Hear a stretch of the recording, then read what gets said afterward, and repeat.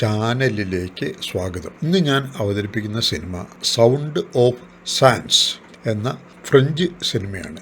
ഭാഷയും ഫ്രഞ്ച്. സിനിമയിലേക്ക് കടക്കും മുമ്പ് ഒരു റിക്വസ്റ്റ് ഉണ്ട്. എപ്പോഴും പറയുന്നതാണ്, വീഡിയോ കണ്ടു കഴിഞ്ഞാൽ ഒരു ലൈക്ക് ചെയ്യുക. നല്ലതോ ചീത്തയോ ആയ ഒരു കമൻറ്റ് അതും നൽകുക. ഈ ചാനൽ നിങ്ങൾ സബ്സ്ക്രൈബ് ചെയ്തിട്ടില്ലെങ്കിൽ ഒന്ന് സബ്സ്ക്രൈബ് ചെയ്യുക. ഏറ്റവും പ്രധാനപ്പെട്ട കാര്യം, നിങ്ങളുടെ സുഹൃത്തുക്കൾക്കും ഈ വീഡിയോ ലിങ്ക് ഷെയർ ചെയ്യുക. ഇനി സിനിമയിലേക്ക്. ജിബൂട്ടി എന്ന ആഫ്രിക്കൻ രാജ്യം, അവിടെയാണ് കഥ നടക്കുന്നത്. വെള്ളത്തിന് രൂക്ഷമായ ക്ഷാമം ഉള്ള മരുഭൂമിയുടെ ആക്രമണത്തിൽ രാജ്യം തന്നെ ഇഞ്ചിഞ്ചായി ഇല്ലാതായിക്കൊണ്ടിരിക്കുന്ന പ്രദേശം. അതിൽ നിന്നും ഒരു കൂട്ടം ആളുകൾ വെള്ളം അന്വേഷിച്ച് നടത്തുന്ന യാത്രയാണ് ചിത്രം പറയുന്നത്. അതും കലാപം നടക്കുന്ന ഭൂമിയിലൂടെ. കൊള്ളക്കാരും ഔദ്യോഗിക വിമത സൈന്യവും തമ്മിൽ ഏറ്റുമുട്ടലുകൾ നടക്കുന്ന പ്രദേശങ്ങളിലൂടെ, മരുഭൂമിയിലൂടെ വെള്ളം അന്വേഷിച്ച് നടക്കുന്ന യാത്രയാണ് സിനിമ പറയുന്നത്. രഹ്നയും മുനയും, രണ്ട് ആൺകുട്ടികളും ജിബൂട്ടിയിൽ ഒരു കുടിലിൽ ആയിരുന്നു താമസം. രണ്ട് ആൺകുട്ടികൾ എന്ന് വച്ചാൽ അപ്പന് ഉപകാരമാകും എന്നാണ് അർത്ഥം. അപ്പോൾ അപ്രതീക്ഷിതമായി ഒരു മകൾ കൂടി ഉണ്ടായപ്പോൾ ഒരു വയർ കൂടി നിറയ്ക്കണമല്ലോ, അത് പ്രശ്നമാകും എന്നാണ് രഹ്ന പറയുന്നത്. അത് കേട്ട് കൂട്ടുകാരൻ കിളവൻ ആ മോളെ കൊല്ലുന്നതാവും നല്ലത് എന്ന് പറയുന്നു. പറ്റിയാൽ ഇന്നത്തെ രാത്രി തന്നെ കൊല്ലാമെന്ന് കിളവൻ പറയുന്നു. യാദൃശ്ചികമായി അത് കേട്ട മുന ആ കൊച്ചിനെയും എടുത്തുകൊണ്ട് ഒളിക്കുന്നു. രാത്രിയിൽ മുനയെ കാണാത്തതുകൊണ്ട് രഹ്ന അന്വേഷിച്ചു പോയതെങ്കിലും രാത്രിയിൽ കണ്ടു കിട്ടുന്നില്ല. മുന കൊച്ചുമായി എത്തുന്നു. രഹ്ന ഒന്നും മിണ്ടുന്നില്ല. അയാൾ വാതിൽ അടച്ചു പുറ്റിയിടുന്നു. കൊച്ചിനെ സേഫാക്കി കിടത്തുന്നു. എന്നിട്ട് മുനയുടെ മുഖത്തേക്ക് ഒരൊറ്റ അടി കണ്ടിരിക്കുന്നു. മുനയുടെ മൂക്കിൽ നിന്നും ചോര വരുന്നു.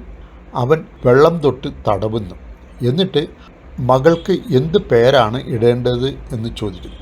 ആ അടിയോടുകൂടി അവൻ്റെ ദേഷ്യമെല്ലാം പോയി. അവളുടെയും വേദനയും വിഷമവും എല്ലാം ആവിയാകുന്നു ആ ചോദ്യത്തിൽ. രണ്ടുപേരും കൂടി കൊച്ചിന് പേരിടുന്നു സസ. സസ സസ വളർന്ന് ബാലികയാവുന്നു.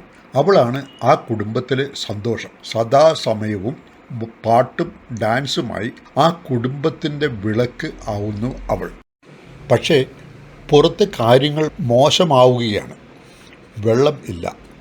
ഉടനെയൊന്നും മഴ കിട്ടാനും സാധ്യതയില്ല എന്ന് ആ ഗ്രാമത്തിലെ ഏക സാക്ഷരൻ ആയ രഹ്ന പറയുന്നു. അവരുടെ ഗ്രാമസഭ ചേർന്ന് കാര്യങ്ങൾ വിലയിരുത്തുന്നു. അവർ നാട് വിടുന്നതിനെക്കുറിച്ച് ആലോചിക്കുന്നു. കിഴക്കോട്ട് പോകാം എന്ന് രഹ്ന പറയുന്നു. ഗ്രാമത്തിന് അത് സ്വീകാര്യമാകുന്നില്ല.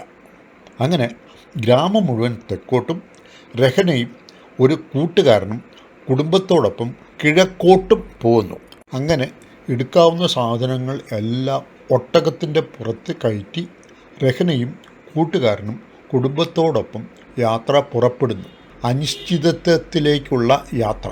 ആട് മാടുകളും സ്ത്രീകളും കുട്ടികളും ഒക്കെയായി ഒരു യാത്ര. യാത്ര പുറപ്പെട്ട് അധിക നേരം എടുക്കുന്നതിന് മുമ്പേ സംഘം മരുഭൂമിയിലൂടെയായി യാത്ര. പക്ഷേ അധികം വൈകാതെ അവർ ഒരു കുളം കണ്ടെത്തുന്നു. അന്ന് അവർ അവിടെ തമ്പടിക്കുന്നു. ഇഷ്ടംപോലെ വെള്ളം. രാത്രി ഒരുവൻ രഹ്നയുടെ ക്യാമ്പിൽ വന്നു. അയാൾ പറയുന്നത്, എൻ്റെ പേര് ജജ്ഞ. ഞാൻ ഒരു മാട് വളർത്തൽക്കാരനാണ്. ഈ വഴി ഉറപ്പില്ലാത്തതാണ്, ദാരിദ്ര്യം നിറഞ്ഞതാണ്. ഒന്നിച്ച് സഞ്ചരിച്ചാൽ കള്ളന്മാരെ തുരത്താൻ പരസ്പരം സഹായിക്കാം എന്നാണ് അവൻ പറയുന്നത്. ഓക്കെ എന്ന് രഹ്നയും പറയുന്നു. രാവിലെ എല്ലാവരും കൂടി യാത്ര തുടങ്ങി. വൈകുന്നേരം ആയപ്പോഴേക്കും അവർ ഒരു ഗ്രാമത്തിൻ്റെ അതിർത്തിയിൽ എത്തി. പക്ഷേ അതിർത്തിയിൽ പട്ടാളവും ജനങ്ങളും കാവലുണ്ട്. അവർ അതിർത്തിക്ക് പിന്നിൽ ഒളിക്കുന്നു. രാത്രി ജജ്ഞയുടെ കുറേ മാടുകളെ കള്ളന്മാർ മോഷ്ടിച്ചുകൊണ്ടുപോയി എന്ന് അയാൾ പറയുന്നു. രാത്രി ഉറക്കത്തിൽ ആട് കരയുന്ന ശബ്ദം കേട്ട് രഹന വടിയുമായി ചെന്ന് ഒരു കള്ളൻ്റെ പുറത്ത് ആഞ്ഞടിക്കുന്നു. അവൻ ഓടിപ്പോവുകയും ചെയ്യുന്നു. രാവിലെ വെള്ളമെടുക്കാൻ വലിയ ക്യൂ ആണ്. പട്ടാളമാണ് അത് നിയന്ത്രിക്കുന്നത്. അങ്ങനെ ക്യൂ നിൽക്കുമ്പോഴാണ് ഒരു പട്ടാള ഉദ്യോഗസ്ഥൻ രഹനയെ സമീപിക്കുന്നത്. എവിടേക്കാണ് നിങ്ങൾ പോകുന്നത്? അവിടെ ചെന്നാൽ എന്ത് കിട്ടും? രഹന പറയുന്നു, വെള്ളം കിട്ടും. പട്ടാളം പറയുന്നത്, ശരി, അത് നിങ്ങൾക്കും കുടുംബത്തിനുമാണ്, കന്നുകാലികൾക്ക് കിട്ടില്ല. രഹന പറയുന്നു, അതിന് ഞങ്ങളുടെ കയ്യിൽ കന്നുകാലികൾ ഉണ്ടെന്ന് ആര് പറഞ്ഞു? പട്ടാളം പറയുന്നത്, ഞാൻ നിങ്ങൾ വരുന്ന വഴിയിൽ കണ്ടിരുന്നു. പട്ടാളം ഒരു ഓഫർ മുന്നോട്ട് വച്ചു.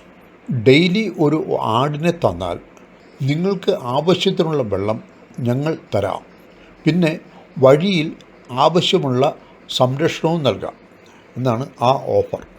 രഹന ചോദിക്കുന്നത്, ഞങ്ങൾക്കും കന്നുകാലികൾക്കും ആവശ്യത്തിനുള്ള വെള്ളം കിട്ടുമോ?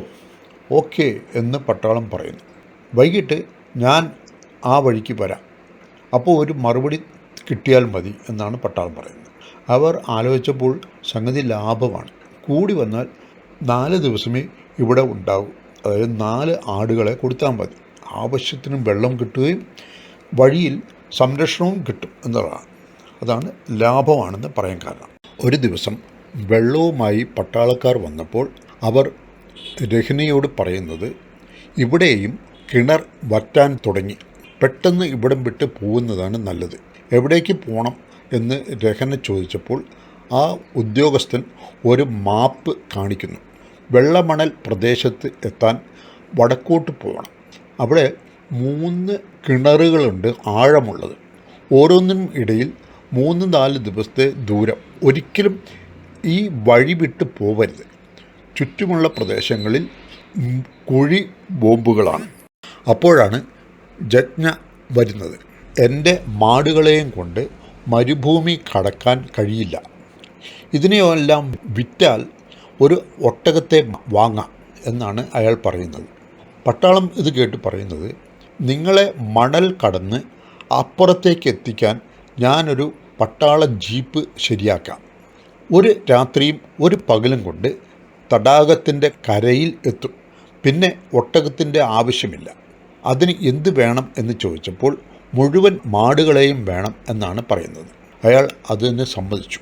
പിറ്റേന്ന് ജജ്ഞ യാത്രയായി. കഥാനായകനും പതിയെ യാത്രയ്ക്ക് ഒരുങ്ങുന്നു. അതിൻ്റെ ഭാഗമായി രത്ന ഒരു കോമ്പസ് ഒരു പട്ടാളക്കാരനോട് വിലപേശി വാങ്ങിക്കുന്നു. അത് സുഹൃത്തിനെ കാണിക്കുമ്പോൾ അവൻ ഒരു ജീപ്പ് പാർക്ക് ചെയ്തത് കാണിക്കുന്നു. രാവിലെ ജജ്ഞയെ കൊണ്ടുപോയ ജീപ്പ് അയാളെ കൊന്നു എന്നത് സ്പഷ്ടം. സുഹൃത്ത് പറയുന്നത്, പട്ടാളം നമ്മളെയും കൊല്ലും, അതിനു മുമ്പ് വേഗം സ്ഥലം വിടാം എന്നാണ്. അവർ പട്ടാളമറിയാതെ യാത്ര തുടരുന്നു. വീണ്ടും മരുഭൂമി. വെയിലുകൊണ്ട് പൊരിയുകയാണ് അവർ. ക്ഷീണവും അസുഖബാധിതയുമായ മുനയാണ് ഏറ്റവും കൂടുതൽ വലിഞ്ഞത്. രഹന അത് തിരിച്ചറിയുന്നുണ്ട്. ഒരു വിശ്രമ സ്ഥലത്ത് വച്ച് കൂട്ടുകാരനോട് പറയുന്നത്, മുനയ്ക്ക് വയ്യ, ഒന്ന് വിശ്രമിച്ചിട്ട് പോയാൽ പോരെ എന്നാണ്. പക്ഷേ കൂട്ടുകാരൻ പറയുന്നത്, നമുക്ക് പോകണം, പോയേ പറ്റൂ, പോയില്ലെങ്കിൽ നമ്മളെല്ലാവരും മരിക്കും എന്നാണ്. അത് സത്യവുമാണ്. രഹന കൂട്ടുകാരന് യാത്രാ അനുമതി നൽകി.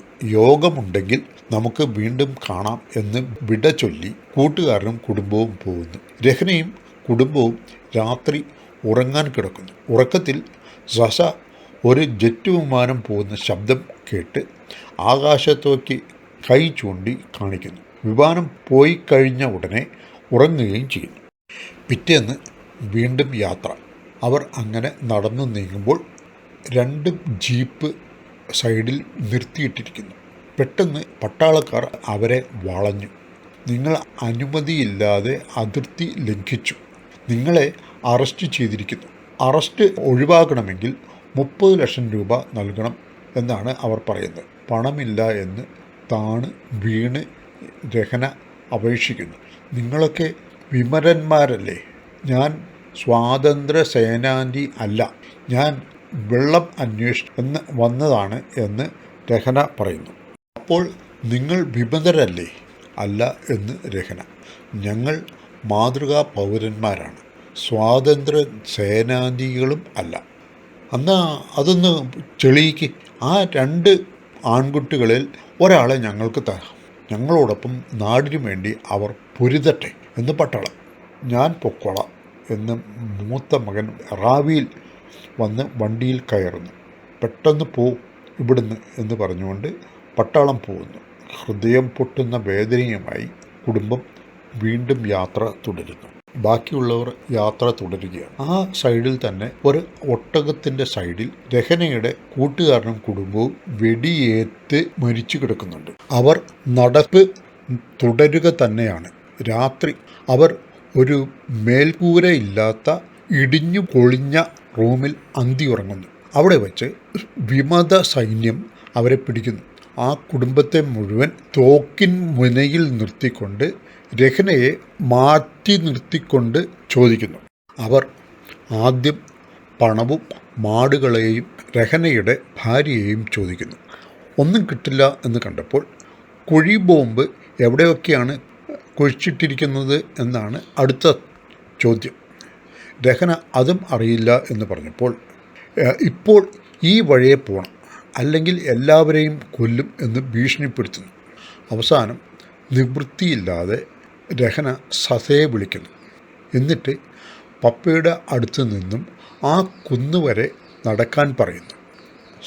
രഹന സസയെ വിളിച്ചതിൽ ഒരു കാര്യമുണ്ട്. മകനാണെങ്കിൽ അച്ഛന് ബലം ആവും, പക്ഷേ പെൺകുട്ടിയാണെങ്കിലോ അച്ഛന് ഒരു കാര്യവുമില്ല. മുന അത് കേട്ട് ഓടി വന്നെങ്കിലും സസ പോയി കഴിഞ്ഞു. പാവം സസ. അവൾക്ക് സംഭവത്തിൻ്റെ സീരിയസ്നെസ് മനസ്സിലാവുന്നില്ല. അവൾ സേഫായി തിരിച്ചെത്തി. മുന അവളെ ചേർത്ത് പിടിക്കുന്നു. വിമത സേനയ്ക്ക് റോഡ് ക്ലിയർ ആയതിനാൽ അവർ പോവുകയാണ്. പക്ഷേ വണ്ടി എടുത്ത ഉടനെ പുറകിൽ നിന്ന് ഒരുത്തൻ അവൻ്റെ തോക്ക് ഇളയ മകൻ്റെ നേരെ തിരിച്ച് ഒരൊറ്റ വെടി. അവൻ ഒന്ന് കരയുക പോലും ചെയ്യാതെ മണ്ണിലേക്ക് വീണു. ഹൃദയം കീറിപ്പറയുന്ന വേദനയുമായി അവർ 3 പേർ വീണ്ടും നടക്കുകയാണ്. മരുഭൂമിയിലെ യാത്ര അവരെ 3 പേരായി മാറ്റി. ജീവിതമാണല്ലോ മുഖ്യം.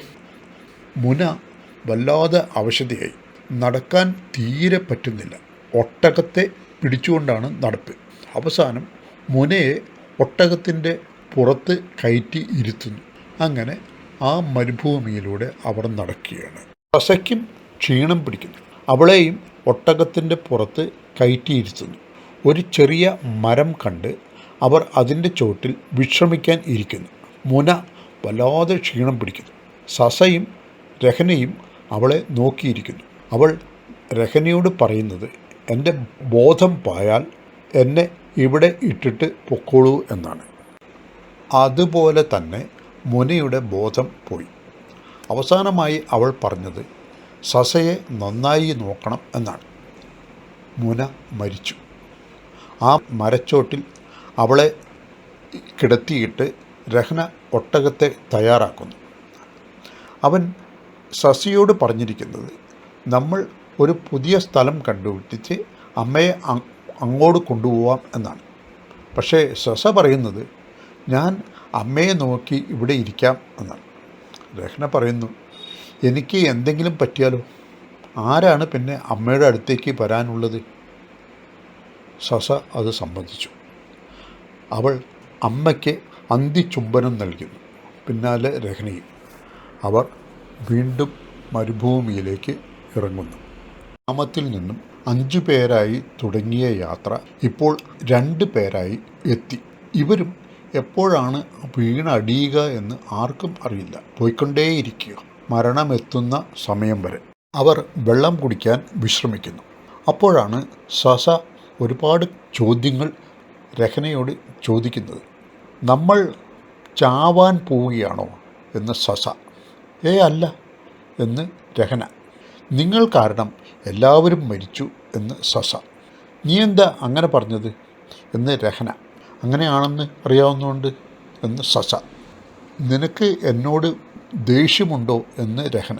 ഉണ്ട്, പക്ഷേ എനിക്കിനി വേറെ ആരാ ഉള്ളത് എന്ന് സസ. വിശ്രമ സമയം കഴിഞ്ഞപ്പോൾ സസ പറയുന്നു, ഞാൻ തിരിച്ചു പോവുകയാണ് പപ്പ. എങ്ങനെ പോവും എന്ന് ചോദിച്ചപ്പോൾ, നമ്മുടെ കാൽപ്പാട് നോക്കി നടന്നാൽ തീർച്ചയായും ഗ്രാമത്തിലെത്തും. അവൾ പോവുക തന്നെയാണ്. രഹന എന്ത് ചെയ്യണമെന്ന് തീർച്ചയില്ലാതെ നിൽക്കുകയാണ്. പക്ഷേ സസ പെട്ടെന്ന് ക്ഷീണിച്ച് തറയിലിരുന്നു. രഹന അവളെ ചേർത്ത് പിടിച്ച് തിരിച്ച് വീണ്ടും യാത്ര തുടരുന്നു.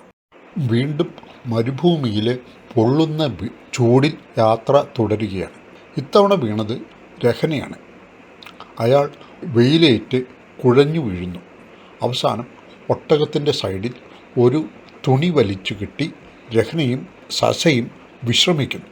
പക്ഷേ സസ പറയുന്നുണ്ട്, പപ്പ ഉറങ്ങല്ലേ പപ്പ, ഉറങ്ങല്ലേ പപ്പ എന്ന്. പക്ഷേ രഹന ഉറങ്ങിപ്പോവുകയാണ്.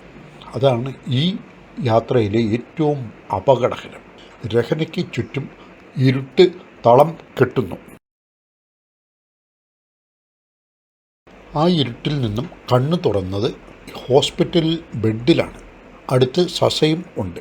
യുണൈറ്റഡ് നേഷൻസിൻ്റെ ആരോഗ്യ വിഭാഗത്തിൻ്റെ ഹോസ്പിറ്റലിലാണ് അവർ രണ്ടുപേരും. മരുഭൂമിയിൽ ബോധമില്ലാതെ കിടക്കുന്ന അവരെ ഇവർ കണ്ടെത്തി ഹോസ്പിറ്റലിൽ എത്തിക്കുകയാണ് ഉണ്ടായത്. അതുകൊണ്ട് രണ്ടുപേരും രക്ഷപ്പെട്ടു. സിനിമ അവസാനിച്ചു.